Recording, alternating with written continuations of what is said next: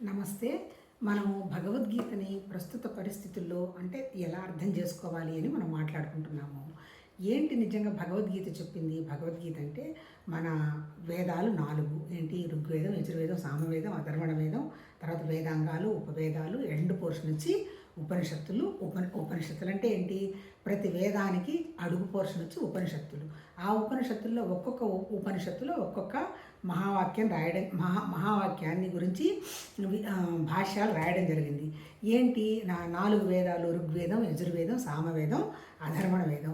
ఆ తర్వాత వాటిట్లో ఉపవేదాలు. అసలు ఏంటి నిజం చెప్పాలంటే వేదం అంటే ఏంటి? మన వాళ్ళు మాట్లాడితే సనాతన ధర్మం అంటుంటారు. ఏంటి వేదం అంటే? ఏం లేదు, తెలుసుకోవడం అని అర్థం. టు నో అని అర్థం. ఏం తెలుసుకోవాలి మనం? ఇప్పుడు నేనున్నాను, నాకు ఒక పేరుంది, ఆ తర్వాత నాకు కొన్ని ఆలోచనలు ఉన్నాయి, ఆ తర్వాత నా దగ్గర ప్రాణం ఉంది, నా దగ్గర శరీరం ఉంది, ఇవన్నీ నా దగ్గరే ఉన్నాయి, అంతే కదా. ఈ శరీరము, ఈ ప్రాణము, ఈ మనసు కలిపి ఏం చేస్తున్నాయి? కొన్ని కర్తవ్యాలను నిర్వర్తిస్తున్నాయి, లేదు కొన్ని కర్తవ్యాలను నిర్వర్తించకుండా తప్పించుకుంటున్నాయి. ఇంతే కదా మన దగ్గర ఉన్నది. లేదు కొంతమంది బ్రహ్మాండంగా డబ్బులు సంపాదించి సుఖంగా ఉన్నట్టు కనపడుతున్నారు, కొంతమంది పేదరికంగా కనపడుతున్నారు, కొంతమందికి ఆరోగ్యం ఉంది, కొంతమందికి అనారోగ్యం ఉంది. చివరికి అల్టిమేట్ ఏంటి?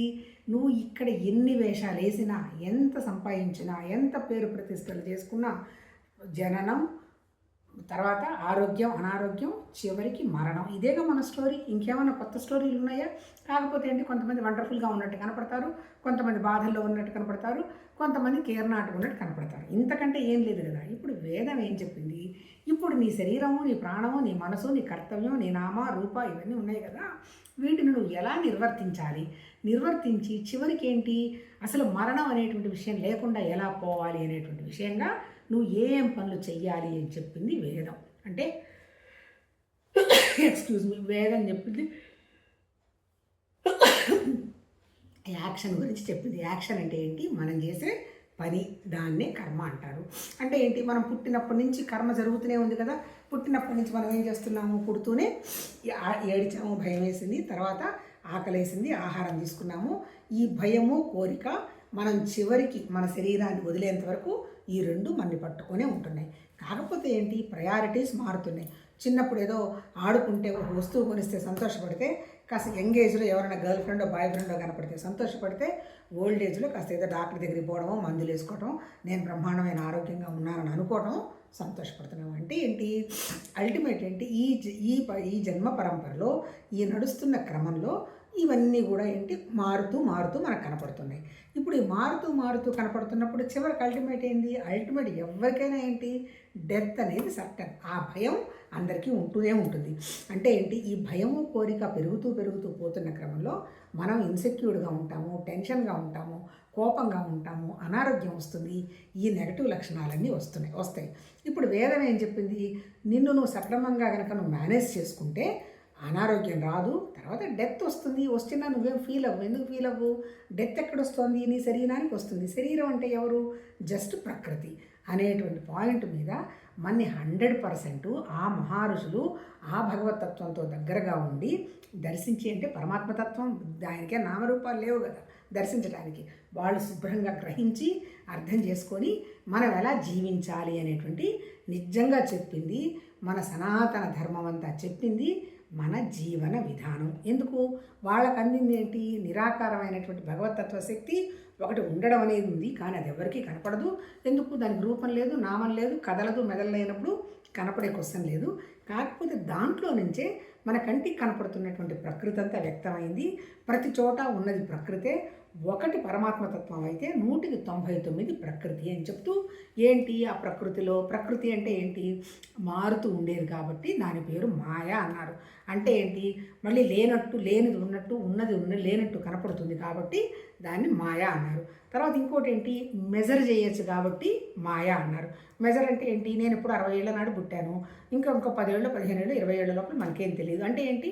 నా ప్రకృతిలో వచ్చినటువంటి నా శరీరాన్ని మెజర్ చేయొచ్చు కదా. లేదు, ఇది మెజర్ చేయడానికి లేదు, ఎప్పటికీ ఇది శాశ్వతంగా ఆకాశంలో ఉంటుంది అని చెప్పడానికి ఏముంది ఆధారం? కాకపోతే జ్ఞానం ఉంటుందేమో మనకు తెలియదు, కాకపోతే శరీరం మాత్రం ఉండదు. అంటే ఏంటి? అలా మెజర్ చేసేటువంటి ప్రకృతి అంటే మాయా అని అర్థం, నేచర్ అనమాట. ఈ భగవతత్వ శక్తిలో నుంచి ఈ ప్రకృతిని పట్టుకొని సృష్టి వ్యక్తం అవ్వడం జరిగింది అంటారు. ఏంటి ప్రకృతి అంటే అష్ట ప్రకృతులు వచ్చాయి మొదట అంటాడు. ఏంటి అష్ట ప్రకృతులు? పృథ్వీ అంటే నేల, నీళ్లు, అగ్ని, వాయువు, ఆకాశం, పంచభూతాలు. దాంతోపాటు ఏమొచ్చింది? మనసు, బుద్ధి, అహంకారం వచ్చింది. దీంతోపాటు ఇంకా ఏమొచ్చింది? ఇప్పుడు నేను మాట్లాడుతున్నావు అంటే ఏంటి? జీవ చైతన్యం వచ్చింది. జీవ చైతన్యం అంటే ఒక ప్రాణం వచ్చింది. అంటే ప్రాణం అంటే ప్రాణం ఉంది. ఈ ప్రాణం ఉందనేటువంటి విషయం మనసుకు తెలుసు. అంటే అష్ట ప్రకృతులతో పాటు మన దగ్గరికి వచ్చినటువంటి జీవ చైతన్యం ఉంది. ఇప్పుడు ఈ అష్ట ప్రకృతులు ఎక్కడున్నాయి? మన జీవ చైతన్యంలోనే ఉన్నాయి అబ్బా. ఇప్పుడు పంచభూతాలు అంటున్నారు. నాలో నాలో నేలతత్వం ఉంది, అంతే కదా. నేలతత్వం ఉండబట్టే కాళ్ళు చేతులు గట్టితనం అంతా నేల. అట్లాగే నీటి తత్వం ఉంది. నీటి తత్వం ఉండబట్టే రక్తము, యూరిన్, తర్వాత ఇంకోటి ఏంటి, ప్రతిదీ కూడా అంటే ఒక రకమైనటువంటి ఒక జిగట తడి అంటారే అది నీటి తత్వం ఉంది. తర్వాత మూడోది ఏంటి? అగ్నితత్వం ఉంది. అగ్నితత్వం అంటే ఫైర్. ఆ ఫైర్ ఉండబట్టే మనం ఏదైనా పని చేస్తాము, మనకి కోరిక ఉంటుంది, తీసుకున్న ఆహారం పోహారం అరుగుతుంది, కెమికల్స్. నాలుగోది వాయుతత్వం ఉండబట్టే మనం గాలి పీల్చుకుంటున్నాం, వదులుతున్నాం. లోపల ఉన్నటువంటి భగవతత్వ శక్తి లోపల ఉంటే బయట ఉన్నది కూడా గాలి. అంటే అర్థం ఏంటి? తర్వాత ఆకాశతత్వం శబ్దం. ఆ శబ్దం అంటే ఏంటి? నిరాకారంగా ఉన్నటువంటి ఆ ఏరియాలో నుంచి ఒక శబ్దం అంటే ఒక చలనంలాగా మన సృష్టి మొదలైంది అంటారు. సృష్టి మొదలైన దానికి మొట్టమొదటిది ఏంటి కారణం? ప్రాణం. ప్రాణం ఉన్నదని తెలిసింది ఎవరికి? జ్ఞానం అంటే బుద్ధికి తెలిసింది. అంటే ఇవన్నీ ఎక్కడున్నాయి? మళ్ళీ మనసు, బుద్ధి, చిత్తం, అహంకారం అంతా కూడా మన దగ్గర ఉన్నవి. ఇవన్నీ కూడా చెప్పింది ఏంటి? ప్రకృతులే, మారిపోయేవే, అంతే కదా. బుద్ధి కూడా అంతే కదా. చిన్నప్పుడు ఉన్న బుద్ధి మధ్యకాలంలో ఉండదు. మళ్ళీ ఓల్డ్ ఏజ్ వచ్చే కొద్ది శరీరం బలహీనపడుతున్నప్పుడు మనసు కూడా బలహీనపడినప్పుడు డిటీరియేషన్ మొదలైపోతుంది. అంటే అర్థం ఏంటి? క్షణక్షణం మారుతున్నది అనేటువంటి విషయమే ఈ మనకు. ఇదంతా చెప్పింది ఎవరు? ఇదంతా ఏంటి? వేదం అంటే తెలుసుకోవటం, శరీరానికి సంబంధించిన విషయం అంతా. నువ్వు ఏం పనులు చేయాలి అనేటువంటి విషయం వేదం చెప్తే అసలు నువ్వెలా వచ్చావు, నువ్వెక్కడ ఎలా ఏం పనులు చేయాలి, నువ్వెక్కడికి వెళ్తావు అనేటువంటి విషయాన్ని ఉపనిషత్తులు చెప్పటం జరిగింది. ఉపనిషత్తుల సారాన్నంతా క్రోడీకరించి బ్రహ్మసూత్రాలు భగవద్గీతగా మన వ్యాస భగవానుడు రాశాడు. దాటిని ప్రస్థానత్రయం అంటారు. ప్రస్థానం అంటే మన ప్రయాణానికి ఇవి మార్గం అనమాట. ఇప్పుడు ప్రిన్సిపల్ ఏం చెప్పారు? ఈ 1148 మంది ఋషులు, తర్వాత వేదాలు రాశారు. ఎంతమంది ఋషులు వాళ్ళ భావాలను ఎక్స్ప్రెస్ చేశారో మనకు తెలియదు, కానీ ఎన్ని వేల సంవత్సరాల నాడు రాయబడిందో తెలియదు. ప్రిన్సిపుల్ అయితే ఎవ్వరు డీవియేట్ కాల. మరి ఇప్పుడు ఎవరన్నా ఏ బుక్లో అన్న డీవియేట్ అయ్యారో నాకు తెలియదు, కానీ ఆ తర్వాత రాసినటువంటి వేదాలు, ఉపనిషత్తులు, వాటి తర్వాత రాసినటువంటి మళ్ళీ ఏంటి ప్రకరణ గ్రంథాల తర్వాత మన శంకరాచార్య గారు రాసినటువంటి భాష్య గ్రంథాలు, అప్పటి నుంచి ఇప్పటి వరకు ఏ సంస్కృతం తెలిసినటువంటి ఏ గురువైనా ఎస్పెషల్లీ అద్వైత సిద్ధాంతంలో ప్రిన్సిపుల్ మాత్రం ఉన్నదంతా నిరాకారమైనటువంటి ఒక శక్తి, ఆ శక్తి నుంచే మిగిలిందంతా వ్యక్తమైందన్నారు. ద్వైతం ఏంటి? ద్వైతం కూడా అది అందులో నుంచి వచ్చింది, ఇందులో వచ్చి అన్నారా, కానీ ఎక్కడ కూడా పెద్ద ప్రూఫ్లు ఏమీ లేవు. నిజం చెప్పాలంటే పరమాత్మతత్వ శక్తి అనేదానికి నామరూపాలు లేవు అనేటువంటి విషయం. అంటే వాళ్ళు మేధావులు అన్నమాట. వాళ్ళు భగవతత్వం తెలిసినటువంటి ఋషులే, కానీ వండర్ఫుల్ అద్భుతమైనటువంటి మేధా సంపత్తి ఉన్న వాళ్ళు చెప్పటం జరిగింది. ఆ సిద్ధాంతాన్ని దాటి ఇది కరెక్టు అని ఎవరు చెప్పలేదు. ఇప్పుడు ఏం చెప్పారు? నిరాకారమైన దాంట్లో వచ్చిందమ్మ ప్రకృతి, నువ్వు ప్రకృతి వేను, నీ దగ్గర ఏమున్నాయి? ప్రకృతిలో ఉన్నటువంటి ప్రకృతిలో ఏ లక్షణాలు అయితే నీలో కూడా అదే లక్షణాలు ఉన్నాయి. నీ దగ్గర పంచభూత లక్షణాలు ఉన్నాయి. అన్నీ ఏంటి? పంచభూతాలు అంటే ఒక లక్షణమే కదా, అన్నీ కలిపి ఉన్నాయి. దాన్ని పంచీకరణం అన్నారు. అంటే ఒకటి భూమితత్వం సగం ఉంటే మిగిలిందంతా ఏంటి? నేల, నీళ్లు, అగ్ని, వాయువు, ఆకాశం, ఆ తత్వం ఉన్నది. అంటే ఏంటి? సగం అది, మిగిలినవన్నీ సగం. అంటే 1/8 ఉన్నది. దీన్ని పంచీకరణం అంటారు. ఈ పంచీకరణలో పంచభూత తత్వం నీ దగ్గర ఉంది. దానికి అనుగుణంగా ఏంటి? నువ్వు ఆహారం తీసుకుంటావు కాబట్టి పంచకోశాలు ఉన్నాయి. పంచకోశాలు కూడా ఆ పంచభూతాలకు సంబంధించినవేను. అన్నమయ కోసం, ప్రాణమయ కోసం, మనోమయ కోసం, విజ్ఞానమయ కోసం, ఆనంద కోసం. అన్నమయ కోసం అంటేనేమో శరీరము గట్టిగా ఉంటుంది, దానికి అంటే ఏంటి? ఎముక పుష్టి అదంతా కావాలి. తర్వాత ప్రాణానికి వచ్చేమో ఆహారం ఇస్తావు, నీళ్ళు ఇస్తావు, అంటే నీటి తత్వం. తర్వాత అగ్ని ఉంది. అగ్ని అంటే నీ అహము కూడా కదా, నీ అహంకారం. నువ్వు వచ్చింది ఎందుకు? ఒక ఫైర్ కోసం, ఒక కోరిక కోసం, ఒక భయం లేకుండా వచ్చావు. ఇప్పటివరకు నా శరీరం అనేటువంటి విషయంగా బెంగపడుతున్నావు, కోరికలు పెంచుకుంటున్నావు. ఎప్పుడైతే నువ్వు ఇది కాదు అనేటువంటి విషయాన్ని కొంచెం పూజా విధానం ద్వారా కొంచెం నీ మనసుని ఎక్స్పాండ్ చేసుకుంటూ, ఆ తర్వాత సత్యం ఇది కదా అనేటువంటి విషయానికి నువ్వు అవగాహనకి వెళ్ళినప్పుడు, నేను అనవసరంగా గర్వపడ్డాను, ఇదంతా ఏం లేదు, ఉన్న ఉన్నదంతా ఒకటే భగవతత్వ శక్తి నా దగ్గర ఉంది, దాన్ని నేను ఎలా అనుభవంలోకి తెచ్చుకోవాలి, కనుక్కోవాలని ప్రయత్నం చేస్తావు. అప్పుడు వస్తావు నువ్వు హృదయతత్వానికి. హృదయంలో ఉన్నటువంటి భగవతత్వం అనేది నిరాకారం, నిశ్చలం, నిర్వికల్పం, నామరూపాలు లేదు కాబట్టి దాన్ని చిన్నగా అనుభవంలోకి తెచ్చుకుంటూ మొదలుపెట్టి చివరికి ఆకాశతత్వంలాగా ఖాళీలాగా నీ మనసు పెట్టుకున్న తర్వాత ఉన్నదంతా ఒకటే తత్వం అనేటువంటి విషయం గ్రహిస్తావు. కాకపోతే ఇది గ్రహించకుండా నేను ఆపుతున్నది ఏంటి? ప్రకృతిలో నువ్వు ఏ వస్తువు అన్నా చూడు, ఏ మనిషినన్నా చూడు, ఏ చెట్టన్నా చూడు, ఏ కాలాలైనా చూడు, ఏమన్నా చూడు, 3 గుణాలు ఉన్నాయి. భగవతత్వంలో 3 గుణాలు లేవు, కానీ ప్రకృతిలో 3 గుణాలు ఉన్నాయి. ఈ 3 గుణాలకు అనుగుణంగానే ఒక మనిషి మాట కానీ, చేత కానీ, ఆలోచనలు కానీ, వాళ్ళు చేసే త్యాగం కానీ, వాళ్ళు చేసే కర్మ కానీ ఉంటుంది. మనిషికి సమస్యల్లో ఏంటి? నేను శరీరం అనేటువంటి భావం ఎక్కువ ఎక్కడైతే పెట్టుకుంటాడో తమో గుణంలో కొట్టుకుంటుంటాడు. శరీరానికి సంబంధించినవి ఏ వచ్చినా తట్టుకోలేడు. అట్లాగే రజోగుణంలో ఉన్నవాడు ఏం చేస్తాడు? నాకు ఆ పేరు రావాలి, ఈ పేరు రావాలి అనేటువంటి ఘర్షణగా వాడబడుతుంటాడు. సత్వగుణంలో ఇవేవి నాకు అవసరం లేదు, నేను హ్యాపీగా సంతోషంగా ఉంటే చాలు అని అనుకుంటాడు అనేటువంటి విషయంగా చెప్తూ, ప్రకృతిలో ముఖ్యమైనది ఏంటి? పరమాత్మ తత్వంలో వ్యక్తమైనటువంటి ప్రకృతిలో ఉన్నది ఈ 3 గుణాలు అని మనకి వేదాలు మొత్తం ఎన్నో కాన్సెప్ట్స్ ఉన్నా ఈ 3 గుణాల గురించే చెప్పడం జరిగింది. సత్వం, రజోగుణం, తమోగుణం. ఈ సత్వానికి తమో గుణానికి మధ్యలో ఉన్నది రజోగుణం. తమో గుణం కదలదు, మెదలదు, జడం. అట్లాగే భగవతత్వం లాంటి సత్తు కూడా కదలదు, మెదలదు, గమ్మున ఉంటుంది. అలా కాకుండా మధ్యలో ఉన్నటువంటి రజోగుణం ఉందే, మన దగ్గర ఉన్నటువంటి ఆలోచనలు, దాన్నే అంతఃకరణం అంటారు. ఈ అంతఃకరణం అంటే చిత్తం, మనసు, బుద్ధి, అహంకారం. ఈ అంతఃకరణలో, ఈ చైతన్యంలో మనం ఫస్ట్ వచ్చినప్పుడు మొట్టమొదటి మనకు వచ్చినటువంటి ఎక్స్ప్రెషను భయము, రెండో ఇంప్రెషన్ వచ్చి కోరిక. కాబట్టి ఈ భయము, కోరిక మనం పెంచుకుంటూ పోయి వాటికి అనుగుణంగా చేసి ఆ జ్ఞాపకాలన్నీ దారుణంగా స్ట్రాంగ్గా వేసుకొని కూర్చున్నాం. ఆ జ్ఞాపకాలకు అనుగుణంగానే మనకు ఆలోచనలు వస్తాయి. ఆ ఆలోచనల అనుగుణంగానే సంకల్ప వికల్పాలు వస్తాయి. అదే మన బుద్ధికి కనుక కొద్దో గొప్ప ఆ జ్ఞాపకాల వరవడి లేకపోతే, వాటిని వదిలించుకొని ఉంటే, స్వార్థం లేకపోతే, వివేకం, వైరాగ్యం కనుక వస్తే మంచి విషయాలు చేయడం జరుగుతుంది. ఎప్పుడైతే బుద్ధికి వివేక వైరాగ్యం వస్తుందో అప్పుడు సత్వగుణంలో ఉన్నట్టు లెక్క. అంటే ఏంటి? సత్వగుణంలో ఉన్నప్పుడు మాత్రమే నీకు విషయం ప్రశాంతంగా కూర్చొని అర్థం చేసుకుంటావు, ఘర్షణ పడవు, ఎమోషన్స్ ఉండవు. ఎప్పుడైతే ఎమోషనల్ ప్యాకేజ్ లేదో ఆరోగ్యం బాగుంటుంది. మన అనారోగ్యానికి కారణం 199 ఎమోషన్సే. ఆ ఎమోషన్స్ తగ్గాలంటే నీకు వస్తున్నటువంటి జ్ఞాపకాల మీద, నీకు వస్తున్న సంకల్ప వికల్పాల మీద నీకు కంట్రోల్ ఉండాలంటే బుద్ధికి వివేక వైరాగ్యం కావాలంటే బుద్ధిని నీకంటే చాలా హయ్యెస్ట్ విషయం మీద కనుక మనసు పెట్టినప్పుడు, నువ్వు ఆకాశతత్వం లాంటి స్థితిలో నువ్వు నిలబడి ఉన్నప్పుడు నీ కింద కనపడుతున్నవన్నీ చాలా చిన్న విషయాలుగా కనిపిస్తున్నాయి. ఈ చిన్న విషయాలు దాటాలంటే బుద్ధికి వికాసం కలగాలి. ఎలా బుద్ధికి వికాసం కలగాలని మాత్రమే మన ఉపనిషత్తుల ఋషులు చెప్పండి, లేకపోతే భగవతత్వంలో చెప్పనేయండి, ఏ గ్రంథం తీసుకున్నా మీరు అబ్జర్వ్ చేయండి, మన బుద్ధిని ఎట్లా విశాలం చేసుకోవాలని చెప్పడం జరిగింది తప్ప నిజంగా చెప్పిన వాళ్ళైతే ఎక్కడో స్వర్గం ఉంది, నరకం ఉంది, మీరు అక్కడికి వెళ్తారు అని చెప్పలేదు. నీ స్టేట్ ఆఫ్ మైండే నరకం. నువ్వు సరిగా ఆలోచిస్తే స్వర్గం, నెగటివ్గా ఆలోచిస్తే నరకం. ఈ రెండిటికి కారణం నువ్వే తప్ప ప్రపంచంలో ఉన్నటువంటి ఏ వస్తువు ఏ మనిషి కాదు అని గ్రహించగలగడమే జ్ఞానం. ఎందుకు? ఆ జ్ఞానానికి నిరాకారం, నిశ్చలం, నిర్వికల్పం ఉన్నప్పుడు ఈ చిన్న ప్రపంచ విషయాలతో దానికి ఏ సంబంధం లేదుగా, హాయిగా ప్రశాంతంగా కూర్చుని ఉంటుంది.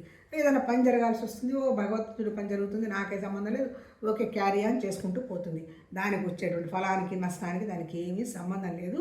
చేసిన పని సంతోషంగా జరిగిపోతుంది, పని లేకపోయినా హ్యాపీగా ఉంటుంది. ఈ హ్యాపీనెస్ ఎక్కడో వస్తుంది, ఏదో తెచ్చుకుంటాము అనేటువంటి విషయంగా స్థితప్రజ్ఞత, సమత్వ స్థితి సత్వగుణంలో ఉన్న వాళ్ళకి ఉండదు. కాకపోతే ఇవి కూడా మళ్ళీ ఆటంకాలే. ఇవి దాటి వెళ్ళి నిరాకారంగా వెళ్ళగలగడమే భగవతత్వం అని మహానుభావులు మన ఋషులు చెప్పారు. ఎన్నో వేల మంది చెప్పినటువంటి కాన్సెప్ట్, ఒకళ్ళు చెప్పింది కాదు. దాన్ని ఇప్పుడు మనం ఏం చేయాలి? భౌతికంగా ఉన్నటువంటి విషయాలకు పెద్దగా విలువ ఇవ్వకుండా భగవతత్వం మన దగ్గరే ఉంది అనేటువంటి భావంతో మన జీవనాన్ని గడుపుతూ కనుక ఉంటే ఏం జరిగినా ఏం వచ్చినా భగవతత్వ ప్రసాదం అనుకున్నప్పుడు నువ్వేదైనా పూర్వజన్మలో ఏదైనా తయారు చేసుకున్నావని నువ్వు నమ్ముతుంటే అవి పోతాయి. అంటే ఏంటి? ప్రారంధాన్ని నువ్వు ఆనందంగా ఎంజాయ్ చేస్తూ యాక్సెప్ట్ చేసినప్పుడు. ఎప్పుడైతే నీకు ప్రారంధాన్ని ఆనందంగా ఎంజాయ్ చేస్తుంటావో రాబోయే వాటి గురించి నీకేం ఘర్షణ ఉండదు. దాన్ని ఆగామి. ఆ జరిగిపోయిన విషయాన్ని ఇప్పుడు ప్రస్తుతం ప్రాసెస్ చేస్తున్నావుగా, అంటే ఏంటి? నీకు జీరో బ్యాలెన్స్ అయిపోతుంది. ఎప్పుడైతే జీరో బ్యాలెన్స్ అవుతుందని నువ్వు ఎవరిని అడగక్కర్లా. నీ మనసును నువ్వు పరిశీలించుకుంటే నాకేం కావాలి అనేటువంటి క్వశ్చన్ నీకు పడితే, నాకు ఇది కావాలి అంటే జీరో బ్యాలెన్స్ లేదు, ఇంకా నాకేం అవసరం లేదు, 100% ఫుల్ఫిల్డ్ లైఫ్. ఈ భౌతిక ప్రపంచంలో ఇంకా అనుభవించడానికి ఇంకా ఏమీ లేదు. భగవతత్వంలో కూడా అనుభవించడానికి ఏమీ లేదు. ఎందుకంటే భగవతత్వం అనేది అనుభవించడానికి అక్కడ ఏముంది? స్వర్గం లేదు, నరకం లేదు, అప్సరసలు లేరు, మందు కొట్టడాలు లేవు. ఉన్నదంతా ఏంటి? నిశ్చలంగా ఉండడమే భగవతత్వం. నా మనసుకు నిశ్చల తత్వశక్తి కనుక వచ్చిందంటే నేను భగవతత్వం ప్రాసెస్ చేస్తున్నట్టే లెక్క. ఇది మనం ఎవరిని అడగాల్సిన అవసరం లేదు. కానీ ఈ స్థితి రావాలంటే దానికి ఈ స్థితి ఎలా తెచ్చుకోవాలనేటువంటి విషయమే భగవద్గీతలో అర్జునుడి విషాదయోగంలో అర్జునుడు ఇట్లాగే మనకిలాగానే జీవత్వ భావంతో గెలుగులా కొట్టుకుంటుంటే నువ్వు కొట్టుకోవాల్సిన అవసరం లేదయ్యా, నువ్వు ఇక్కడ ఏం లేదు, చేసేది లేదు, అంత పరమాత్మతత్వంలో జరిగిపోయింది, నువ్వు వెళ్ళి మధ్యలో నిలబడతావు. కాకపోతే ఏంటి, నీకు ఇచ్చినటువంటి పనిని కర్తవ్య కర్మను ముందు మొదలుపెట్టు. కర్తవ్య కర్మ పూర్తి చేసిన తర్వాత కర్మను అనుష్ఠానంగా చేయడం మొదలుపెట్టు. అంటే ఫలాన్ని ఆశించవాకు. తర్వాత నిష్కామ కర్మలోకి రా. ఎప్పుడైతే వచ్చావో పుట్టినప్పటి నుంచి చనిపోయేంత వరకు ఏదో ఒక పని జరగక తప్పదు. ఆ పనిలో ఆశించకుండా కనుక నీ ద్వారా పని జరిగిపోతుంది కనుక అయితే ఆటోమేటిక్గా నీ బుద్ధి విశాలమయ్యి నీ బుద్ధి ఒకే విషయం మీదకి వస్తుంది, భక్తి. ఇంకా నువ్వు కర్మయోగాన్ని ఎలా తీసుకెళ్ళాలి? ఏ పని చేసినా దైవ పని. ఇప్పుడు ఆశ్రమానికి వెళ్ళి ధ్యానం చేస్తేనే దైవ పని కాదు. భగవంతుడు మాస్టర్లో గురువులో చెప్పిన పని చేస్తేనే దైవ పని కాదు. నీ దగ్గర ఉన్నటువంటి ఒక పెద్దవాళ్ళకి సంబంధించిన విషయంలో కూడా ఇది నాకు దైవత్వం ప్రసాదించింది కదా, ఇది దైవత్వ పని జరుగుతుంది కనుక అంటే నీకే తెలిసిపోతుంది మనసు ఎంత నిశ్చలమవుతుందో. రిగ్రెట్స్ ఉండవు. ఎందుకంటే ఎక్కడో ఉన్న పరమాత్మను ఎవరు చూడలే. ఆ పరమాత్మ కోసం మనమేమో ఎవరో చెప్పినవి చేయాల్సిన అవసరం ఎంతవరకు ఉంటే ఉంది. మంచిదే, నీకు ఏ పని లేదు, ఆ పని చెప్పారు జరగచ్చు. కానీ నువ్వు పని మానుకొని వెళ్ళి ఆ పనికి వెళ్ళావంటే మాత్రం రిగ్రెట్స్ ఉంటాయి అని చెప్తూ అప్పుడు ఏం చెప్పాడు?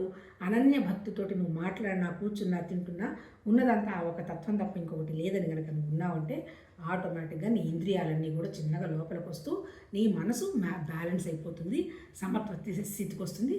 అప్పుడు జ్ఞానం అజ్ఞానం నువ్వు కనుక్కుంటావు. అంటే ఏంటి? బుద్ధి విశాలమైపోయి విషయం నీకు అర్థమవుతుంది అని 1వ చాప్టర్ విషాద యోగంలో నుంచి లాస్ట్లో మోక్ష సన్యాస యోగంతో భగవద్గీతను ముగిస్తాడు. ఇప్పుడు మనం మోక్ష సన్యాస యోగం చదువుకుంటున్నాము. ఇక్కడ ఏమడుగుతాడు అర్జునుడు? అంత బాగుందాయా, నాకు అసలు కర్మ అంటే ఏంటి, సన్యాసం అంటే ఏంటి, యోగం త్యాగం అంటే ఏంటి, నాకు వాటి గురించి చెప్పు. అసలు కర్మ చేయాలా అక్కర్లేదా?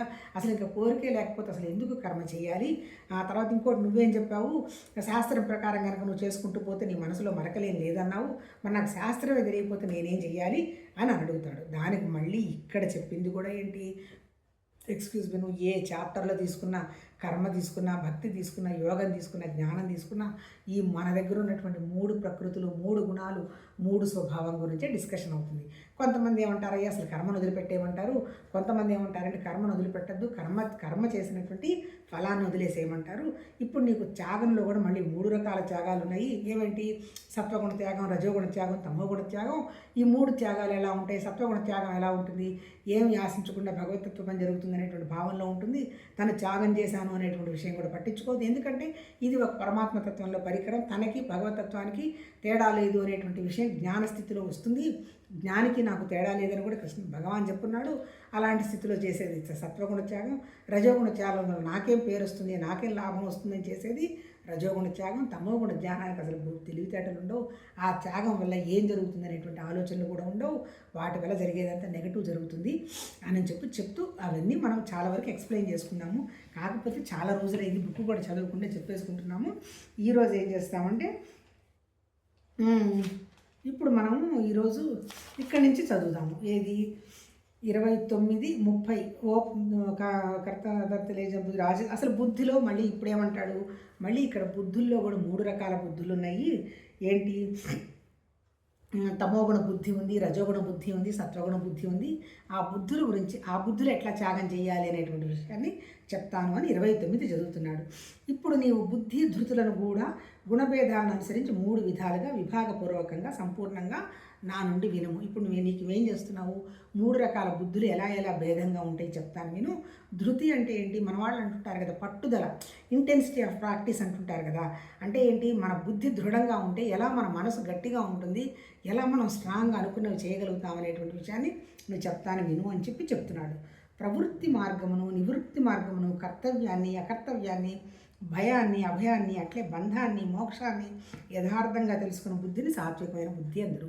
అంటే ఏంటి? విషయాన్ని ఉన్నదున్నట్టుగా ఎవరైతే గ్రహిస్తారో వాళ్ళది సాత్విక బుద్ధి. ఎప్పుడుంటుంది ఆ సాత్విక బుద్ధి అంటే ఏంటి, తెలివి తక్కువతనంగా ఉండకుండా ఉండేటువంటి తమోగుణం లేనప్పుడు, ఆ తర్వాత నాకు అది కావాలి ఇది కావాలనేటువంటి మనసులో రజోగుణం లేనప్పుడు అప్పుడు ఉండేది సత్వ బుద్ధే కదా. సత్వ బుద్ధికి ఏంటి, ఎక్కడ భయపడాలి ఎక్కడ భయపడకూడదు, ఎక్కడ మాట్లాడాలి ఎక్కడ మాట్లాడకూడదు, ఏం తినాలి ఏం తినకూడదు, వీటన్నిటి మీద ఒక అవగాహన ఉంటుంది అని చెప్తున్నాడు. తర్వాత పార్థ, ధర్మాధర్మముల యొక్కయో కార్యకార్యముల యొక్కయో యథార్థ తత్వాన్ని తెలియజాలని బుద్ధిని రాజబుద్ధి రాజస బుద్ధి అందరు. అంటే ఏంటి, ఏ పని ఎప్పుడు చేయాలి, ఎవరికి ప్రిఫరెన్స్ ఇవ్వాలి, ఇప్పుడు నా ద్వారా ఇది జరగాల్సిన పని కదా, నేను చెయ్యాలి కదా, ఇలాంటి విచక్షణ లేకుండా ఉండేటువంటి బుద్ధిని రాజస బుద్ధి అంటాడు. తర్వాత తమోగుణ బుద్ధి ఏమంటాడు, అధర్మాన్ని ధర్మంగాను అట్లా ఇతర పదార్థాలను తద్విపరీతముగాను భావించు బుద్ధిని తామస బుద్ధి అందరు. అంటే ఏంటి, మంచికి ఆపోజిట్గా ఆలోచించేదంతా తామస బుద్ధి. ఇప్పుడు మొన్న అనుకున్నావి, నువ్వు బాగున్నావు అంటే నువ్వు ఒక్కదానివే బాగుండాలా అంటే ఏంటి, ప్రతిదానికి కూడా వ్యతిరేకంగా వెళ్ళిపోతారనమాట. ఇప్పుడు ఏం చెప్తున్నాడు, ఇప్పుడు 3 బుద్ధులు కూడా ఏ రకమైనటువంటి తెలివితేటలు లేకుండా ఆపోజిట్గా ఆలోచించేది తామస బుద్ధి. నాకు అది కావాలి ఇది కావాలని మళ్ళీ ఏదన్నా అసలు చేయాల్సిన పనులు కూడా తప్పించుకుంటూ వెళ్ళేది రాజస బుద్ధి. సత్వ బుద్ధి ఏంటి, ఏది మంచి ఏది చెడు అని గ్రహించగలిగేది సాత్విక బుద్ధి అంటాడు. ఇక్కడ 33 చెప్తున్నాడు పార్థ, ఇటునటు చెలింపని ధారణాశక్తితో మనుష్యుడు ధ్యానయోగం ద్వారా మన ప్రాణేంద్రియ క్రియలను ధారణ చేసే శక్తిని సాత్విక ధృతి అందరు. ఇప్పుడు అసలు ధ్యానం అంటే ఏంటి, ధ్యానం అంటే నిజంగా చెప్పాలంటే ఒకళ్ళేమో శ్వాస మీద ధ్యాస అంటారు, ఒకళ్ళు హృదయం మీద ధ్యాస అంటారు, ఒకళ్ళు ఆజ్ఞాచక్రంలో ధ్యాస అంటారు. అల్టిమేట్ ఏంటి, ఈ 3 కూడా మన మూలానికి మార్గాలన్నమాట. మూలం అంటే ఏంటి, మన ప్రాణం. అంతే కదా, భగవతత్వంలో నుంచి వ్యక్తమైంది ఏంటి, ముందు ప్రాణం వ్యక్తమైంది. ఈ ప్రాణం ఉందని తెలిసింది ఎవరికి, మన మనసుకు తెలిసింది. అందుకని ఇప్పుడు ఏం చేస్తున్నారు, మన మనసుకి ఏం వస్తున్నాయి, ఆలోచనలు వస్తున్నాయి. ప్రాణం ఏం చేస్తుంది, కదులుతూ ఉంది. ప్రాణం ఉన్నంతసేపు మనసు ఆలోచన చేస్తుంది. మనసు ఆలోచన ఆగిపోయిన తర్వాత ప్రాణం స్థితిలోకి వెళ్ళిపోతుంది, దానికి ఏం తెలియదు. అంటే ఇప్పుడు మనం నడుస్తున్నవి మన శరీరాలు అంటే మన దగ్గర ప్రాణము మనసు 2 ఉన్నాయి. ఇప్పుడు ధ్యానం అంటే ఏంటి, మన ప్రాణం మీద గనక మన మనసులో ఉన్నటువంటి భగవతత్వ ఆలోచనని గనక మనం ప్రాణం మీద పెట్టాము అంటే మనసులో ఉన్నటువంటి అనవసరపు ఆలోచనలు ఆగిపోతాయి. దాన్ని ధ్యానం అంటారు. ఇప్పుడు అసలు నిజంగా జ్ఞానం అంటే ఏంటి, పరమాత్మతత్వం యొక్క శక్తి మన మూలంలోనే ఉన్నది. మూలాధార చక్రంలో మన శరీరం పడితే మొత్తం ఉన్నదంతా కూడా భగవతత్వం అయినటువంటి శక్తి. అది ఎక్కడుంది, మనం ఊపిరి పీలుస్తూ వదులుతున్న చోట గొంతు దగ్గర నుంచి బొడ్డు మధ్యలో ఉన్నటువంటిదంతా కూడా పరమాత్మతత్వ శక్తి అంటాడు. అల్టిమేట్ అంతా శక్తి లేని స్థలమే లేదు. ఇప్పుడు అది ఉన్నది అని కనుక మన మనసు గ్రహించినప్పుడు మనసు అంటే ఏంటి, సంకల్ప వికల్పాలు ఆలోచనలు. ఇప్పుడు మనసు ఏముంది, భగవతత్వం నా దగ్గరే ఉంది అనేటువంటి నేను ఆలోచన పెట్టి నా ప్రాణం మీద నా మనసుని పెట్టినప్పుడు నా మనసులో ఉన్నటువంటి ఆలోచనల వరవడి తగ్గుతుంది. అల్టిమేట్ మన ప్రస్తుత సమస్య ఏంటి, ఆలోచనలే. అంతే కదా, లోపల ఆలోచన ప్రకారమే చేద్దామా వద్దా అని ఘర్షణ జరుగుతుంది. దానికి అనుగుణంగా బుద్ధికి కనుక వివేకం లేకపోతే తమోగుణం పని చేస్తాం. బుద్ధికి కనుక కొద్దిగా గొప్ప బ్యాలెన్స్ స్థితి ఉంటే రజోగుణం పని. అలా కాకుండా బుద్ధికి కంప్లీట్గా వివేక వైరాగ్యాలు కనుక ఉంటే సత్వగుణ పని అవుతుంది. అంటే ఏంటి, అన్నీ ఉన్నది మన దగ్గరే, ఆలోచనలు ఉన్నది మన దగ్గరే, ప్రాణం ఉన్నది మన దగ్గరే. ఇప్పుడు ఏం చెప్తున్నాడు, ఎప్పుడైతే నీకు ధారణ అంటే ఏంటి, యమ నియమ ఆసన ప్రాణాయామ ప్రత్యాహార ధారణ ధ్యాన సమాధి అనేది పతంజలి యోగ సూత్రంలో చెప్పాడు. యమ అంటే ఏంటి, ప్రపంచం గురించి నువ్వు టెన్షన్ పడవు, నీ వల్ల ప్రపంచానికి టెన్షన్ లేదు. నియమాలు డిసిప్లిన్ పెట్టుకుంటావు, తప్పసులాగా ఏ డిసిప్లిన్ నువ్వు పెట్టుకుంటే అది నీకు పాటించగల శక్తి నీ మనసుకు వచ్చేసింది. యమ నియమ ఆసన అంటే నీ మైండ్ స్ట్రైట్ అయిపోయింది, అటు ఇటు నీ మైండ్ చెలించదు, పరిగెత్తదు. దేని మీద పెట్టాలంటే దాని మీద ఫోకస్ పెట్టే గుణం వచ్చింది. తర్వాత ఏంటి, ప్రాణాయామ అంటే ఎప్పుడైతే నీకు ఎమోషన్ బ్యాండేజ్ తగ్గిందో నువ్వు తీసుకునేటువంటి బ్రీతింగ్ స్లోగా తీసుకొని స్లోగా వదులుతావు. నీ దగ్గర ఉన్నటువంటి ఎనర్జీ లెవెల్ పుష్కలంగా ఉంటుంది. ఎందుకు, ఎమోషనల్ బాండేజ్ తగ్గింది కాబట్టి. ప్రత్యాహార ఎప్పుడైతే నీ మనసుకి ఎమోషన్స్ తగ్గిపోయినాయో, ఈ బయట వస్తువుల్లో వాటిలో ఆనందం లేదు, జస్ట్ ఇది ప్రకృతి తాత్కాలికం, కాలాలు ఎలా మారిపోతున్నాయో, సుఖదుఖాలు ఎలా మారిపోతున్నాయి, సంతోషాలు దుఃఖాలు మారిపోతున్నాయి, తర్వాత సక్సెస్ ఫెయిల్యూరు అంతా ప్రకృతి, దీని గురించి ఎందుకు అంత ఘర్షణ పడటం, నాలోనే భగవతత్వం ఉన్నప్పుడు నేను దాన్ని అబ్జర్వ్ చేసుకుంటే వీటి ఏడుతో సంబంధం లేనటువంటి వండర్ఫుల్ ఆనందం నాకు వస్తుంది కదా అనేటువంటి గ్రహణం వచ్చినప్పుడు దానికి చిన్నగా ఈ బయట కనపడుతున్నటువంటి ఇంద్రియాలను లోపల పెట్టడం మొదలు పెడతాం. దాన్ని ప్రత్యాహార అన్నారు. ఎప్పుడు ప్రత్యాహార స్థితిలో ఉంటాము, యమ నియమ ఆసన ప్రాణాయామ ప్రత్యాహార. చిన్నగా మనసును లోపలికి పెట్టినప్పుడు ఈ పెట్టినటువంటి మన మనసు లోపల ధారణగా జరిగిపోతూ ఉంటుంది. ధారణగా అంటే ఏంటి, అదే ఆలోచన, భగవతత్వం తప్ప ఇంకా నా దగ్గర ఏమీ లేదు అనేటువంటి ఒక ధారణ జరుగుతూ ఉంటుంది.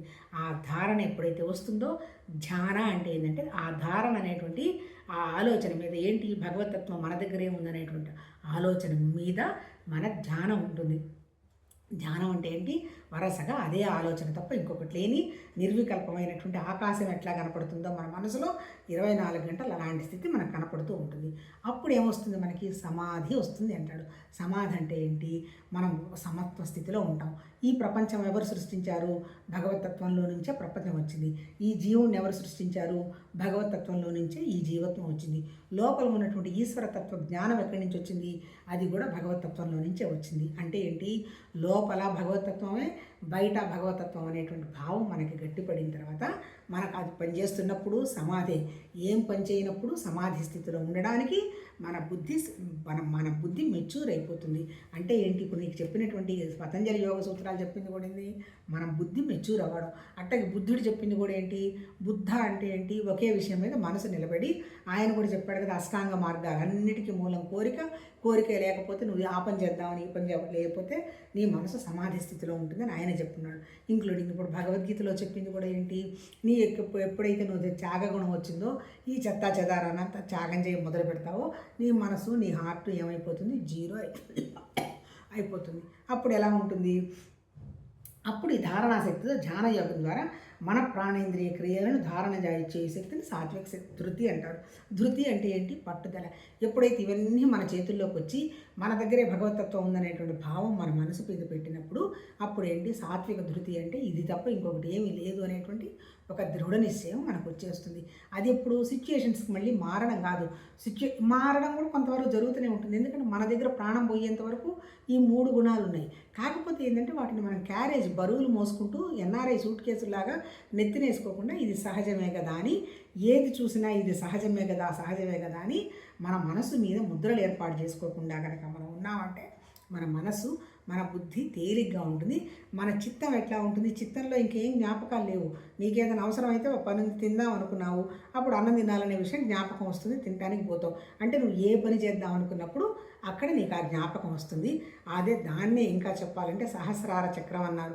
సహస్రారం అంటే ఎన్ని లక్షల ఆలోచనలు ఉన్నా నీకేం సంబంధం లేదు, నీకు అవసరమైన ఆలోచన నీకు వస్తుంది, ఆ పని చేయడం జరుగుతుంది. ఇప్పుడు అలా జరగాలి అంటే ఏంటి, ఇప్పుడు మన బుద్ధిని ఎట్లా త్యాగం చేశామో, మనసుని ఎట్లా త్యాగం చేశామో, శరీరానికి సంబంధించిన విషయాలన్నీ ఎలా త్యాగం చేశామో చెబుతూ ఇప్పుడు ఇట్లా అంటే ఈ సాత్విక ధృతి అంటే ఏంటి, ఈ బుద్ధిని మనము సాత్విక ధృతి అంటే మంచిగా పట్టుదలగా ఎలా పెట్టుకోవాలి అనేటువంటి విషయము. అలా ఆ సాత్విక ధృతికి రావాలి అంటే ధ్యానం కూడా వండర్ఫుల్గా మార్గం. ఎప్పుడు నువ్వు ఆ ధ్యాన స్థితికి వస్తావు, నీ మనసు ఒకే విషయం మీద నిలబడాలి. ఏంటది, భగవతత్వం నా దగ్గరే ఉందనేటువంటి అనన్య భావంతో కనుక నిలబడి ఉందంటే దాని గురించి నువ్వు ఆలోచన చేస్తున్నావు అంటే ఈ ప్రపంచానికి సంబంధించిన ఆలోచనలు తలుపులు అన్నీ ఒకటి మూసుకొని పోయి ఒకే ఆలోచన మీద ఉంటావు. చివరికి ఆలోచన కూడా లేకుండా నువ్వే అదే అనేటువంటి విషయాన్ని నువ్వు గ్రహించడం జరుగుతుంది అని చెప్పడం జరిగింది. రేపు కంటిన్యూ చేద్దాం. 33 సరిగాము, అసలు నడవడం లేదు, చూద్దాం ఈ వారం రోజులు పడుతుందేమో. నమస్తే.